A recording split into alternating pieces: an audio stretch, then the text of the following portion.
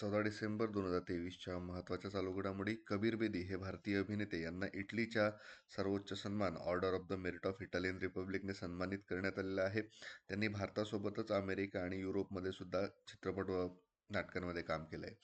COP28 याचा समारोप दुबईमध्ये झालेला आहे. द UAE कन्सेन्सस या करारावरती स्वाक्षरी करण्यात आली आणि 1.5 अंश सेल्सिअस तापमानपर्यंत कमी ठेवण्यासाठी 198 देशांमध्ये सहमती झाली आहे.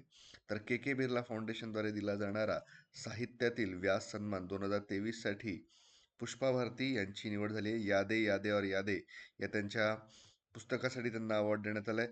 10 वर्षामध्ये प्रकाशित झालेल्या प्रतिकृतींना हा पुरस्कार जो आहे दिला जातो. तर नाहिदा अख्तर हिला नोव्हेंबरचा ICC महिला खेळाडूचा सन्मान देण्यात आला. तर ट्रॅव्हिस हेड याला सन्मानित करण्यात आलेले आहे प्लेअर ऑफ द इयरने. अशाच माहितीसाठी MPSC